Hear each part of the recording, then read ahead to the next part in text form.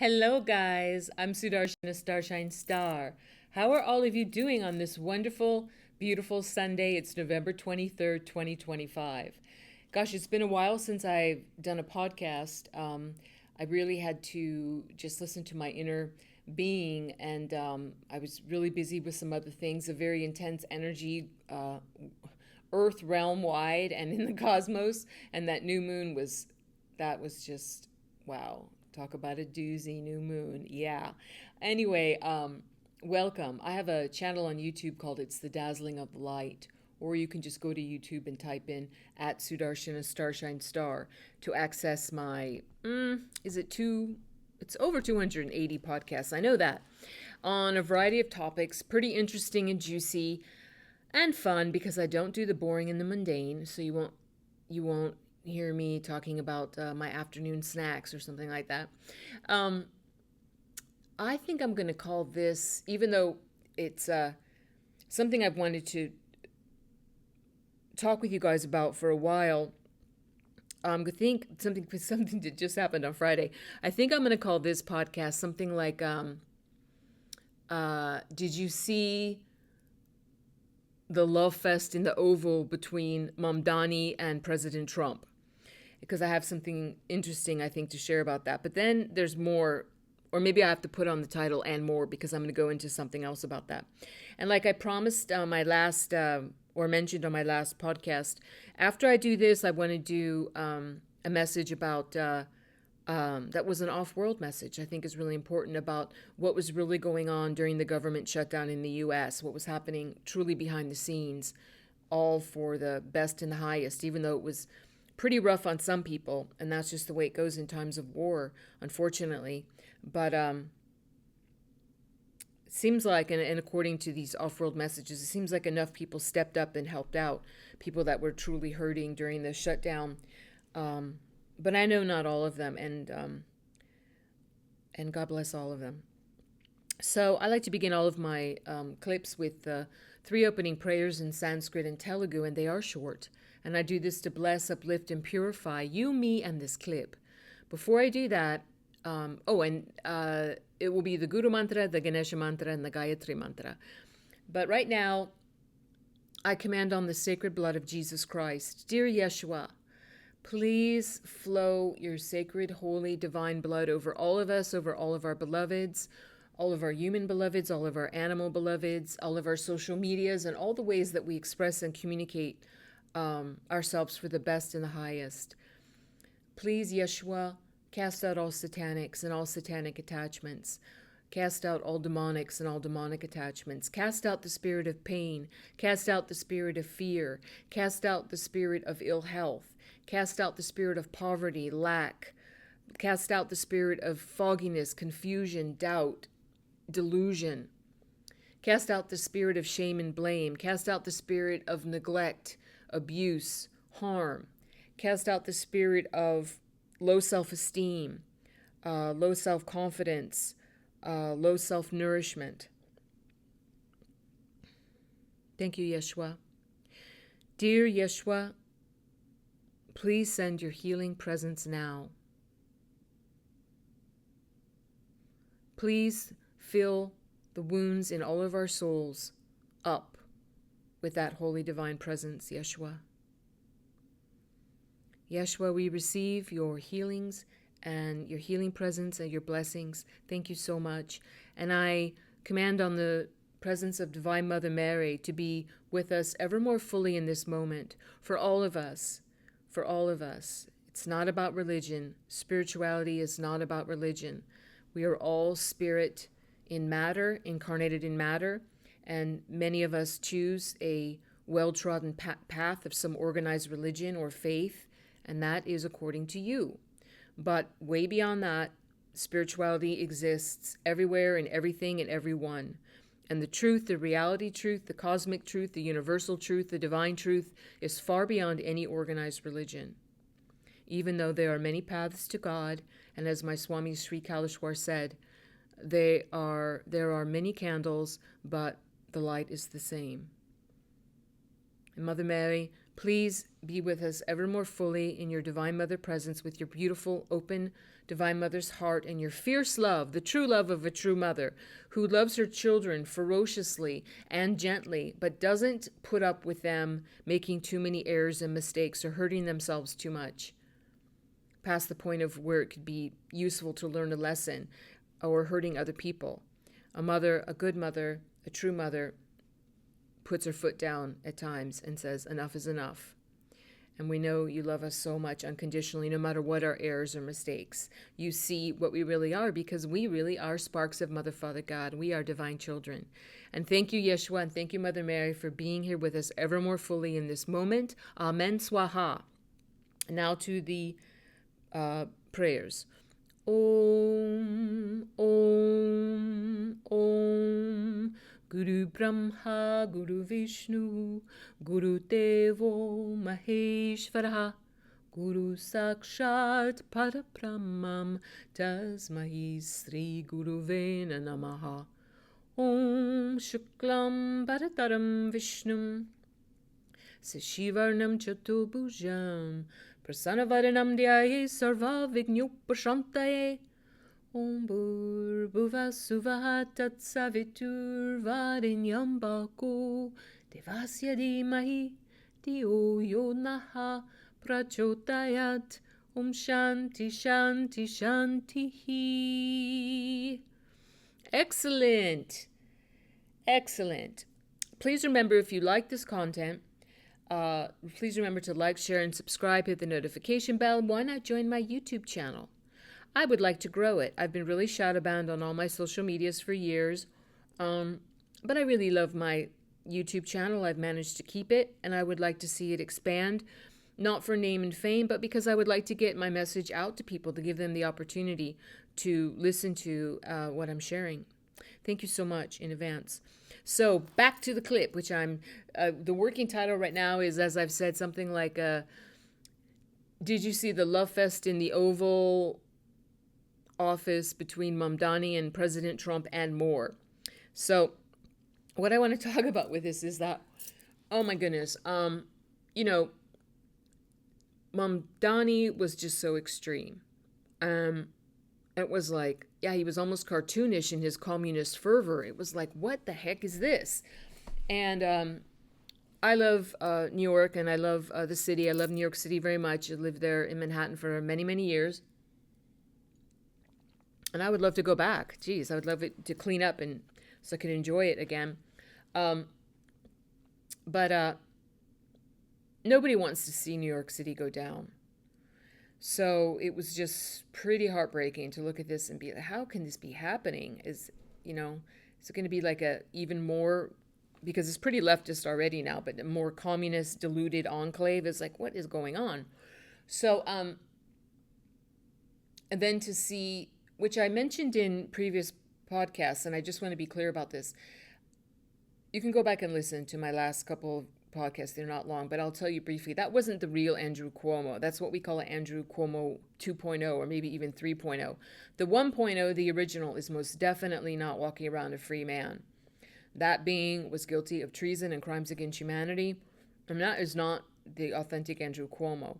So it would be no wonder that not that many people were enthusiastic about voting, like voting for Cuomo, what? But then compared to voting for a full-blown communist, it was like, I like Curtis Sliwa. I do. He does have leftist bent, but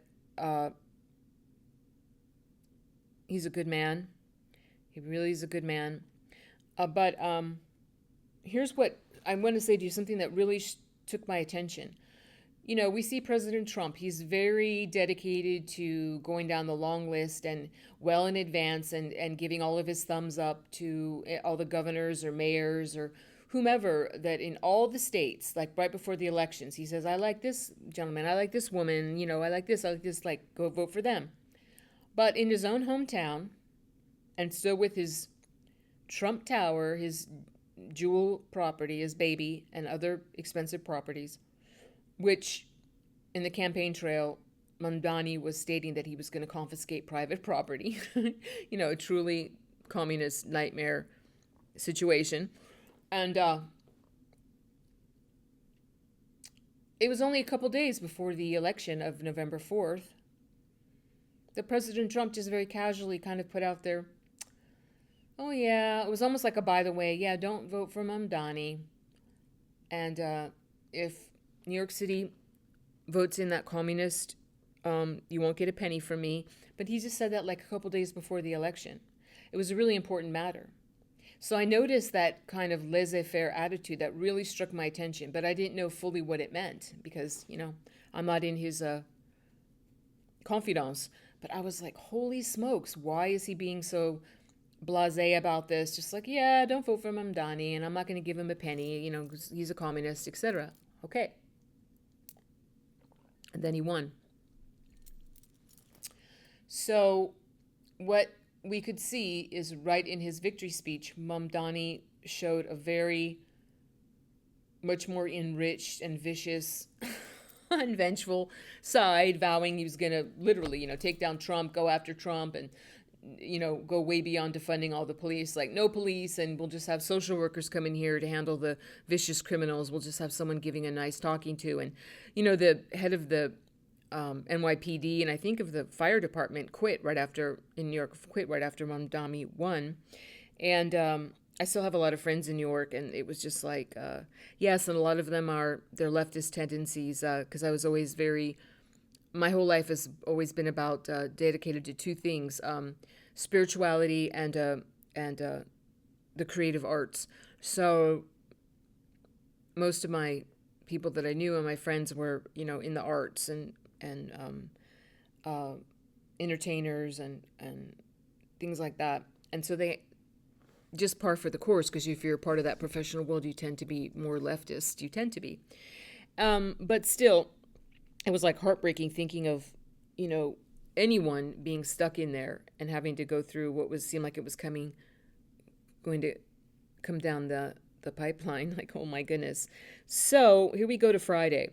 Here we go like a couple days ago when President Trump put on his Truth Social, and he said, Mamdani wants to see me, asked to see me, so I'm having him to the White House on Friday, November 21st. I was like, okay. So there was a lot of talk about, President Trump is going to show him what for and this and that. Then when I looked at it, at the there were tons of reporters there in the Oval, and President Trump was seated. I'm sure most of you have probably seen it, but he was seated behind the Resolute desk in the Oval Office, and Mamdani was standing just like a few inches away from him on President Trump's right-hand side, standing up and like very much behind the Resolute desk and standing right there, and very comfortable, at home, and at ease. So it was a shocker, and the reporters were asking really good questions for once. They were asking some pretty good questions, like kind of questions that we wanted to know, like what's going on here, or what about this, or what about that? Because I swear President Trump and Mamdani seemed like family. And the look on President Trump's eyes, he was sending like loving admiration, and this like as if Mamdani was a son of his or a nephew or, a respective close relative or something. He was doing that the whole time. And President Trump is he can be pretty tricky, but he's also very transparent in terms of when he doesn't like something. And you can see it in his eyes and his face. Like if he's schooling someone and he says, like, you better come to heel. I don't like what you're doing. You're breaking the law. You're hurting people, and he will be firm with that. And we see that more this year than in his, when he was in 2017 when he first came into office. So it was shocking to see this. And so what I did was I zoomed in on Mamdani's eyes. I was watching big chunks of this interview, and when it was live and then afterwards, and zooming in on President Trump's eyes because I wanted to see their eyes as they were saying these things or acting this way. And I was just stunned. President Trump was so openly affectionate and more than jovial and cordial. Like I said, he was almost loving to Mamdani. And Mamdani was so poised, confident. He looked like he had spent years in the Oval Office. He looked sovereign, and he had he was intelligent. He had all the facts at the ready. He was not just comfortable with President Trump and where he was seemed at home. So I was noticing all this, and I was just mind blown. Like, oh my gosh. And I came up with, I put it on some of my other social medias, but it was really shadow banned and hardly anyone ever looked at it. But I'm going to say this and say something else about it. When I was looking at this thing and I was looking at, President Trump as, Donald John Trump as Batman, Gotham City, sending out the bat signal, uh, same bat channel, same bat time. Um, and I was looking at this and I was looking at Mamdani's slim build and I was like, he has the build of like a Robin, like Robin and Batman. So you could say I'm being silly, but all of a sudden I was like, this is what I really feel looking at this now. And I'm saying, listeners, you don't have to believe me. I'm just spitballing here. I'm giving my impressions of what I saw, what I heard, and you can look at your own things and of course draw your own conclusions. But I'm just expressing myself and putting this out there. To me, it really seemed like the White Hats did a beautiful hat trick here where they took someone who was very much in alignment with MAGA and conservative values and President Trump's agenda for America, in terms of cleaning up the corruption, in terms of replenishing the military and the armed forces and the police and restoring law and order, in terms of helping people, in terms of bringing prices down of groceries and housing and the Americans are just suffering and have been for a long time with this huge, as we've all found out ever more clearly this year, the huge, ridiculous,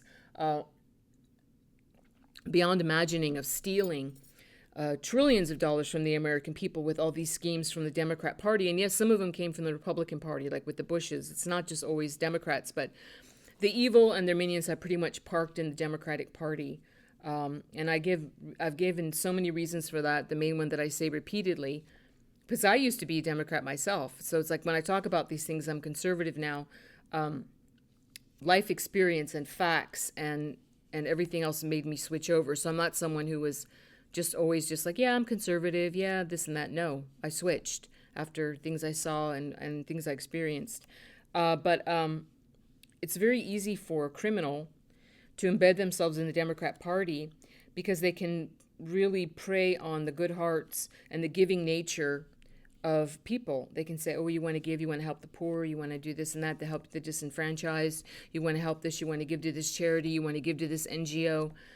So they can do all that and they keep asking and asking and asking. But what you don't know is that that money, just a very slender percentage of it was ever given towards what it was said to be going to. And the huge majority just went into the pockets of all the criminals. They just sliced up that pie pretty well. And the American taxpayers paid for all of it. So that's why. But anyway, when I was looking at them, I got this vision of like, he's like Robin, maybe. Like he's the hat trick of the White Hats was they brought him in and he kind of scooped up very neatly because, New York City is pretty leftist and there's a lot of strong bent towards, they call it socialism, but socialism is really communism. And communism is really satanic, as I say over and over again. Look at, Lenin was openly satanic, Marx openly satanic. It's satanic, hating humanity, and it never works. It's always a redistribution, no matter what it looks like, talking about equity and fairness and this and that. It always just takes more and more money for people that actually work or have any assets of value or any talents that are valuable, and they just scrape all that and put it into the pockets of a very few deluded, entitled, ridiculously criminal and satanic beings, that have no problem doing that. So Mamdani, I was calling him a Robin. And then when I was sharing this with my sister-in-law, she said to me, and I said in the end, I was just texting her and I was like, and I wonder who Catwoman is. And then she was like, yeah, who's Catwoman? And automatically I just flashed on this. So I'm just going to go with it. I was like, I think Catwoman is Ursula von der Leyen, the president of the EU, of the European Union. And then I was like, and Gavin Newsom was the Joker. George Soros was the Penguin. And that on the old TV show, that group of kids that were always dressed in turtlenecks and doing cool dances and everything else before they would go out and ravage Gotham City and do their almost like a West Side Story type of fighting, like dancing and doing crime while dancing and stuff like that. I mean, it was a TV show, but I was like, and those kids, that's Antifa. It's just they had much better muscle tone, physiques, and wardrobe and dance moves than present day Antifa does, as evidenced by what we see all over the place, but showcased most beautifully in Portland, Oregon. So I really was thinking that. I was like, yeah, this is what a cast of characters. So anyway, it seems like a pretty neat hat trick. We'll have to see. We'll have to see what comes out in once Mamdani is installed and in the mayor's office and rolling out his policies and stuff. But it was just shocking. And here's what last thing I want to say about that.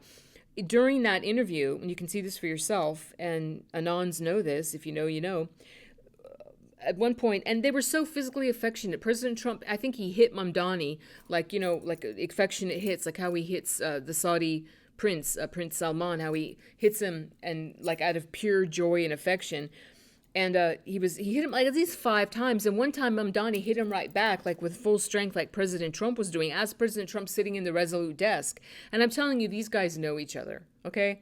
They were beyond just being comfortable. And that just doesn't come from one talk. Like, yeah, we had one good talk. President Trump is very savvy and very shrewd. He doesn't just give all the accolades away because he had a good conversation with someone. Like, he's very good at using language and neuro-linguistic methods to get people to come on board with what he wants them to come on board with.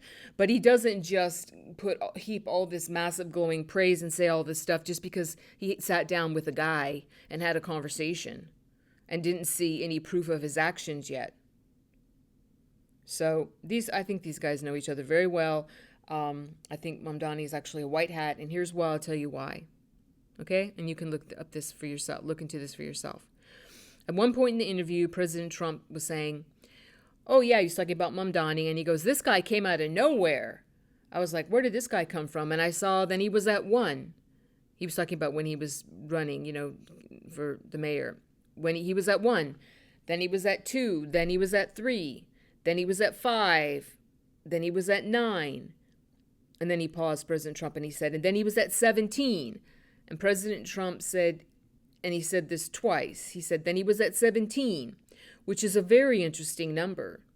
He was at 17, he said, and I thought that's a very interesting number. And President Trump stopped and had a huge smirk on his face and turned his face kind of to the side and was looking at the cameras. And he's like, very interesting. Now, that's like one of the most blatant Q shout-outs I've ever seen. 17 is the 17th letter of the alphabet. That's Q. And for Anons, we know all the times President Trump draws air cues. We know all the, you know, the gematria he uses, and he used to use on Twitter, now X, and all of his messages and postings that he uses. We know how to read them. You know, we know how he got around, like he said, we got around mass media like no one's ever got around mass media before, because he talked directly to the people. It was mainly through Twitter before he established True Social so much. And he was using gematria, and he was using, and everything was matched back to the exact time and date stamps of Q posts that were posted that began in October 2017. And each of these Q posts that were on 4chan and then 8chan, they come with like a serial number in the upper left-hand corner, this number that shows you when it was posted on that internet site. And there's always a date stamp and a time stamp. And it's just way beyond proof. Every single time that President Trump puts things and it matches exactly with date, time, and time stamps, and matches back to Q drops, as they're called, when Q was posting for a couple of years, talking about things in the future that we didn't even know, and in a military way. And I myself am not military, and it took me a while to learn how to read this. It was like, what? So it's beyond proof. But anyway, so President Trump definitely acknowledged when he said that about 17, and he said it twice, and he said, I thought it was a very interesting number, very interesting. Now, when I'm saying to appeal to your common sense listener, if you think what I just said was hooey, it's not such a big deal to be at 17 out of 100 if you're running for mayor. Is that like a coup? Is that like an accolade? Is that like, whoa, hold the buses, Mamdani's at 17, wow, call the presses? No, it isn't. It was a definite shout out to Q, and that to me is really strong proof that Mamdani is white hat. And that's what President Trump kept saying. He kept saying, we're in alignment pretty much on most everything, and we care about affordability. We want to help the people of New York. We want to build a lot more housing. We want to bring prices down. And there you go. So this is also what I really like, because we're going to have to get, and it will be coming more next year, we're going to have to start, I mean, this is worldwide, but I'm just right now talking about America. We're going to have to stop being so divisive and saying, like, Republican, pointing finger, Democrat, we're pointing finger, color of your skin, pointing a finger, how you worship, pointing a finger. Because it's really about humanity shucking off the evil overlords, the evil controllers, and their minions. You can look on my YouTube channel. I have a really good series called the Controllers series. You can look that up, which gives a lot of information. If you really knew, and those who know, they do know, but if you really knew what has really been shuddering humanity and having their satanic boot on the back of our necks for so long, for thousands of years, the dark force beings and where they came from and what their purpose was and what they've done. It's just been such a work of their dark arts to turn humanity so against itself. Like, we can't even notice what they're doing because we're just so caught up in causing more and more division and splintering of ourselves, our communities, our groups, our families, our friends, the earth realm. And we're just so full of pointing fingers everywhere and ganging up on everything, and then you gang up, and then you gang up, that we didn't even notice who the real enemy was. And it really is, it's truly a holy battlefield, this whole earth realm. It really is a battle between dark and light, between Satan and Mother, Father, God. It really is that. Yep. So, okay. Now I'm going to move on with Batman. No, I'm going to move on to the meat of this clip, which something I just want to put down for posterity. I just want to have this down so people can refer to it.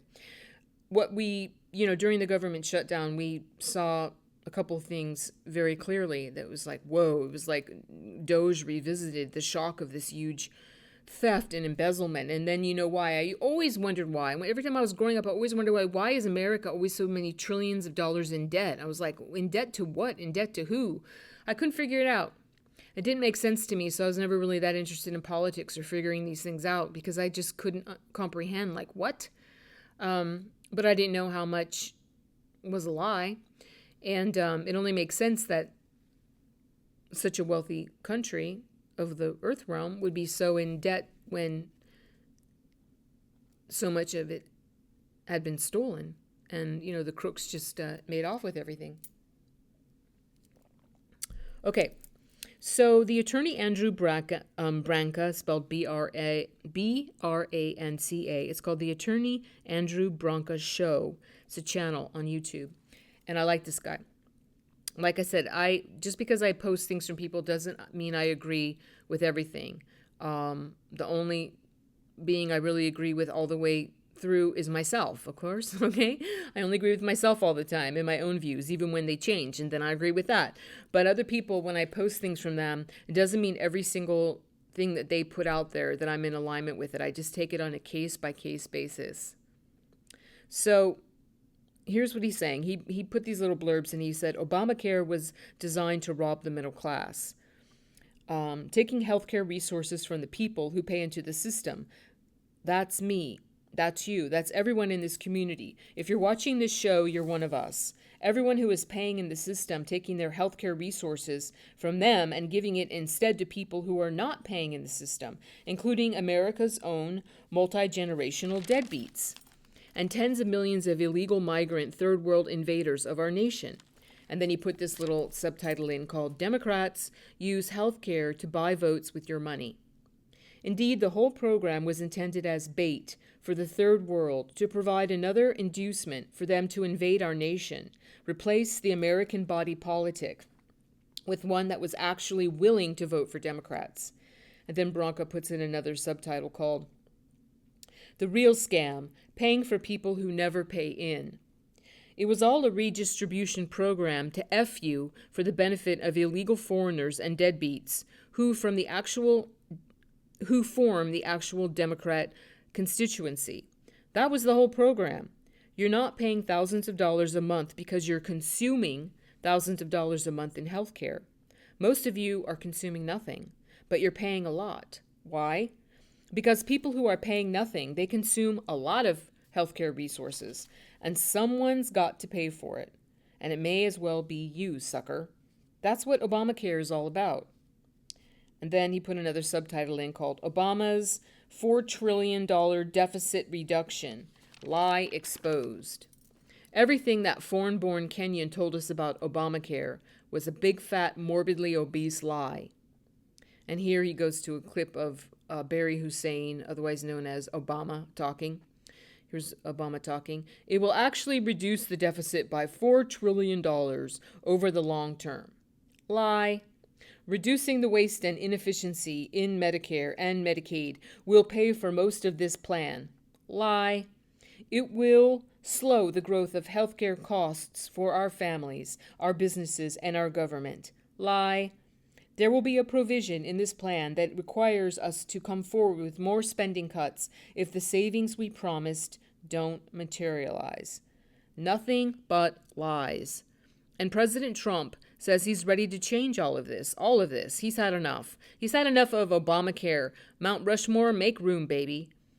And then here's President Trump talking on from Fox News. It's called The Angle Sits Down with President Trump.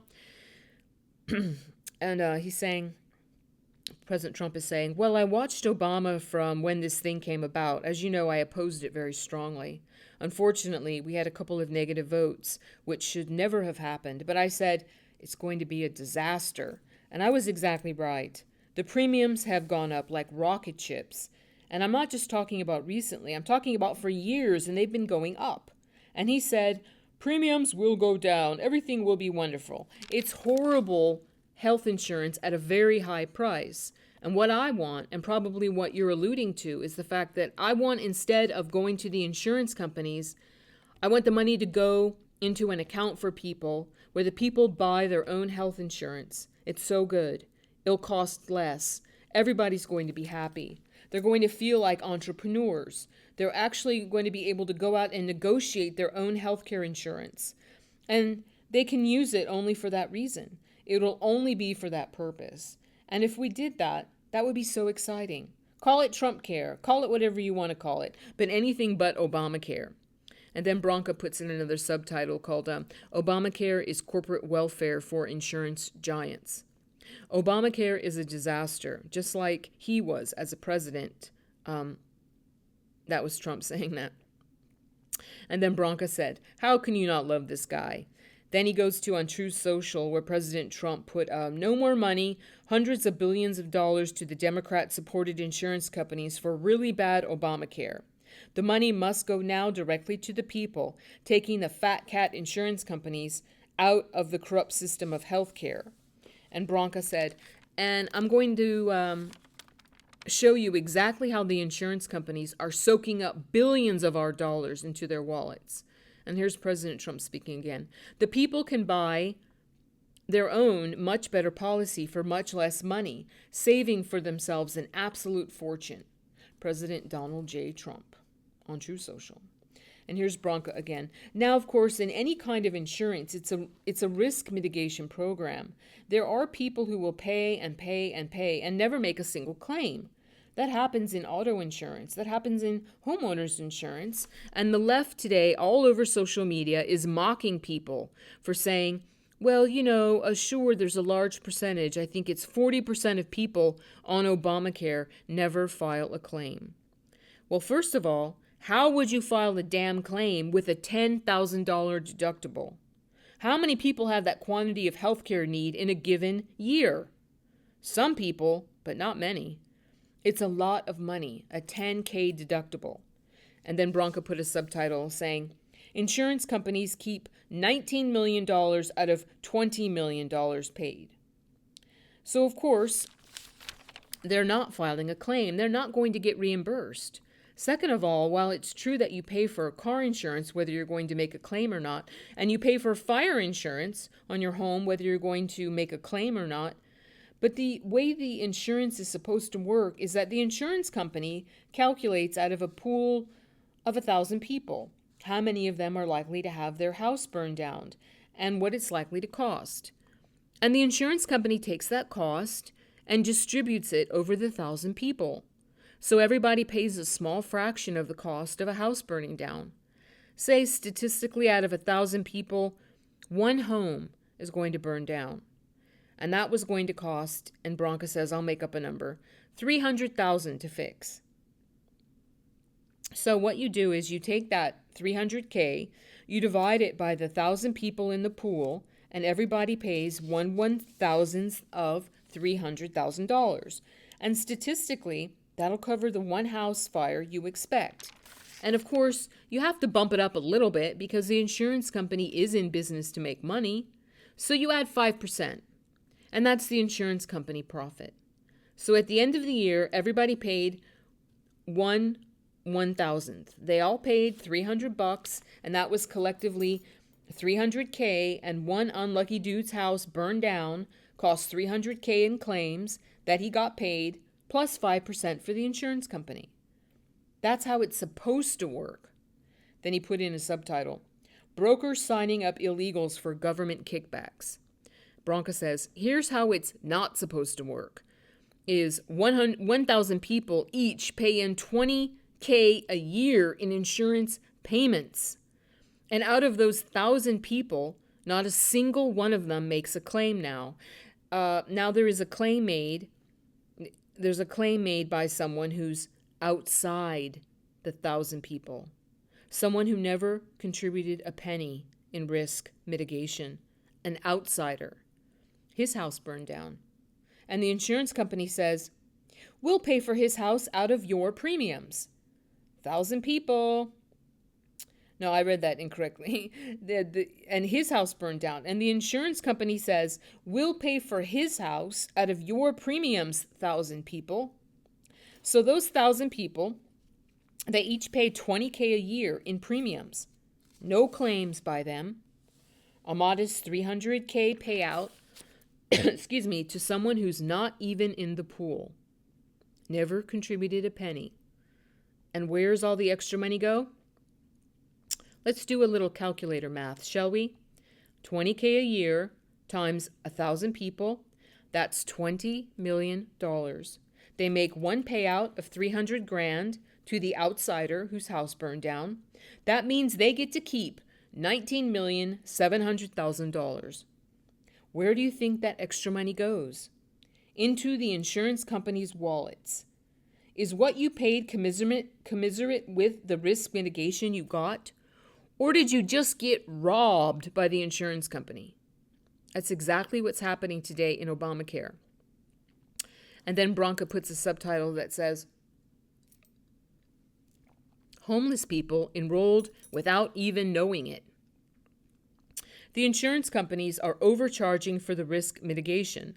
The payments that are being made are largely being made to non-contributors and illegal migrants, and the insurance company is keeping the difference. And because the insurance company knows there's this disconnect between where the money comes from and who decides where it goes, a lot of the money actually comes from the government. Every time someone signs up for Obamacare and they say, hey, I'm broke, I don't have any money. You know, an illegal migrant who doesn't file a tax return. I don't make any income, senor. The government pays their health care costs.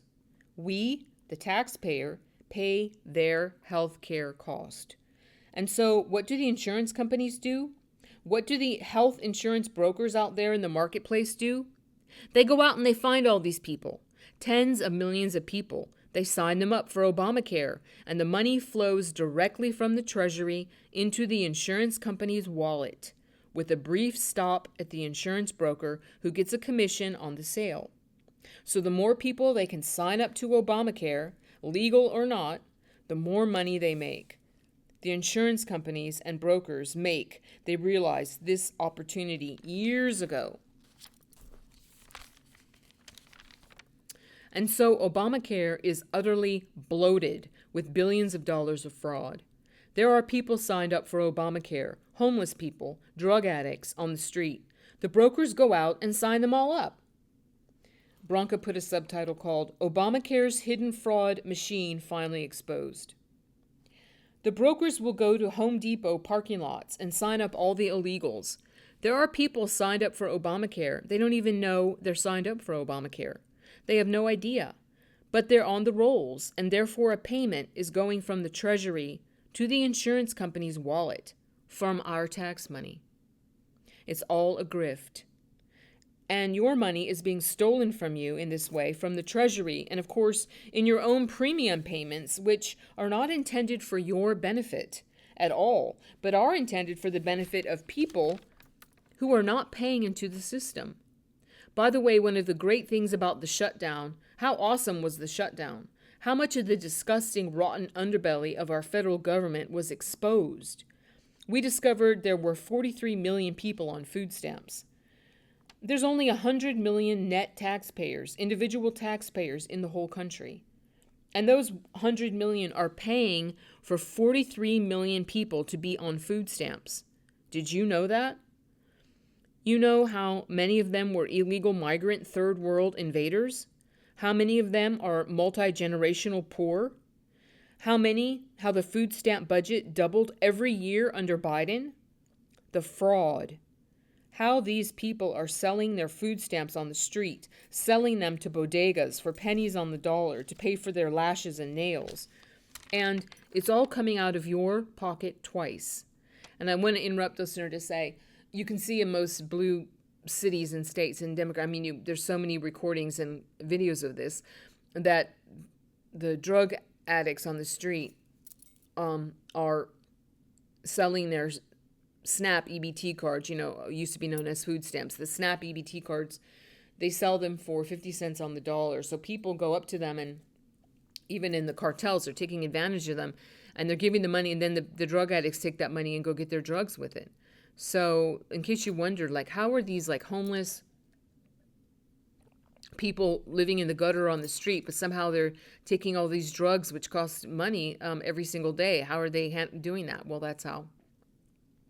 So let me go back to this. So coming out of your pocket twice. It's coming out of your pocket because not only do you have to lose the tax money in the first place to provide the funds for the benefits, so you have less resources for your own family. Then you're competing in the supermarket for the scarce resource of food against the people who are buying their food with your money. Unbelievable. And I want to interrupt again, listener, to say, my eyes are really open about something that I never even knew before. The high cost of groceries and the thing that people are screaming about all over America, and rightfully so, the ridiculous prices of groceries just to get food to feed yourself and your family is so ridiculous. And we didn't know the extent of the fraud coming from the SNAP EBT programs, many aspects of the fraud, but because when you see these people that have, and we've seen the receipts, okay, thousands and thousands of dollars each month to them on their SNAP EBT cards for food, plus they get thousands of dollars of cash put on that card. And many, like we saw, which I actually saw the physical paper receipts that were filmed from some employees of a store that got them from some illegal Venezuelan immigrants that left them behind. It showed the balance on their SNAP EBT card. They did a big shopping, but they still had thousands and thousands and thousands of dollars on their card. Like they just gotten it, whatever. And they still had almost completely the $5,000 in cash that's loaded on their card per person every month. So a whistleblower came out and did this story, was talking about, and this was out of the Chicago area. Doesn't mean it's limited to Chicago, but I just like to talk about facts. So this brave woman came and gave a reporter a story saying that the huge enclave of the illegal Venezuelan immigrants, or maybe not all of them are exactly illegal, because we have had until recently, 600,000 Venezuelans were under the TPS, the temporary protected status. So that's not really illegal. It's just they were extended that. And then, but once that gets removed, which it is now, then they're illegally in the country and they need to go home. They're now committing crime, staying here. But anyway, this large group of Venezuelans were given, and I saw the paper receipts for this. They were filmed. that the store employees saved to show proof of it. They were given per person $15,000 a month for their SNAP EBT to buy food ostensibly, even though they used it for a lot of other things. $5,000 per person each month, cash loaded on that same card. Plus, they got 6 months to 2 years free rent. And as we know, they got free medical, free dental, free eye care, everything for themselves and their dependents, 18 and under, which just a few weeks ago, the laws changed in the United States. And now that anyone that's dependent on those programs, it's only 14 and under. So shocking. While so many people were working 6 days a week, 7 days a week, having 2-3 jobs, trying to do everything to feed their families just to keep food on the table and gas in their cars to go to work. For so many years, it's been so stressful.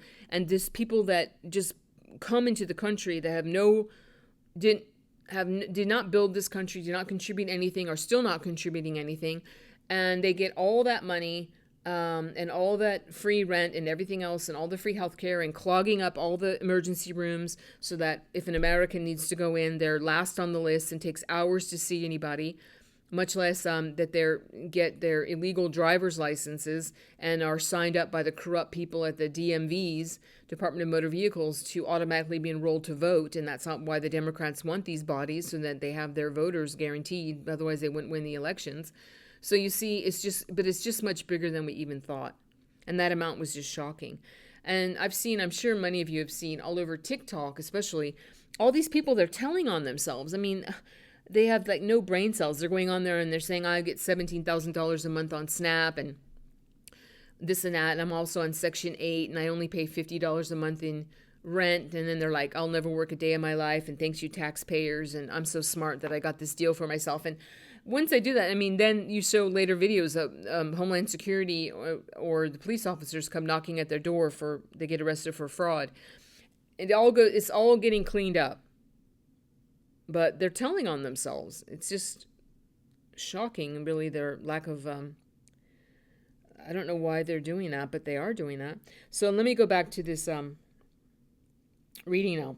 So so I wanted to say, so because of that fraud, when you see the people that have all these thousands and thousands and thousands of dollars to spend every month on groceries, and they're going in and they're not only supporting the terrible, really foul junk food system, which is full of poisons and full of microplastics, nanoparasites, very dangerous food dyes and colorings, no nutrition whatsoever. It also has a handy-dandy effect of keeping people that are eating that a lot, keeping them obese and very unhealthy. So then they need doctors and healthcare and they become diabetic and they're like slaves to the big pharma, big medical system. It's all a big ring of grift. Okay? So not only though were they seeing, as you see these people all over TikTok, you can see them into a T. So many of them were morbidly obese and they're just, for their kids and for themselves, they're just buying these huge boxes of just like candies and donuts and cookies and chips and everything else, and not any fresh fruits or lean proteins or produce. It's just ridiculous. Humans can't survive on that. It's so poisonous. But not only are they buying that, then you see them saying things like, I got to get my crab legs. And they're buying crab legs and lobster and big steaks and things that people that are American and have been working several jobs just to survive and just to give their family some, basic meals, could never have been buying that these past few years. But all these people are buying this. And that is, my point is that is what the big grocery scam has been able to keep up their prices so high. They know they're going to get these luxury items as well as their junky junk food, yucko food things sold, because it's these coming from these SNAP EBT people. Yep. Anyway, so back to the reading. So then Branca says, supermarket for the scarce resource of food against the people who are buying their food with your money. Unbelievable. And would we have known about all this, about Obamacare, if the shutdown hadn't happened? And if we hadn't begun seeing these arguments over the continuation of the tax credits or the co-tax credits? Would we have discovered just how corrupt, we kind of knew, right? Emotionally, you feel it in your wallet. You're making these payments and you're wondering, what am I paying all this money for? And now it's being exposed in a concrete way. particularly how the insurance companies are getting fat, fat, fat. And he puts a subtitle in called Trump's Plan, Cut Out the Middlemen and Empower Cities. He says, he shows a news journalist speaking on a clip. It was too small. I couldn't see the name. It's a journalist speaking saying, the hundreds of billions of dollars currently being sent. This journalist was reading President Trump's Truth Social post. So then Branca says, yeah, let's read this ourselves. This is President Trump on Truth Social on his own site. It says, I'm recommending the Senate Republicans that the hundreds of billions of dollars currently being sent to money-sucking insurance companies in order to save the bad health care provided by Obamacare be sent directly to the people so they can purchase their own much better health care and have money left over.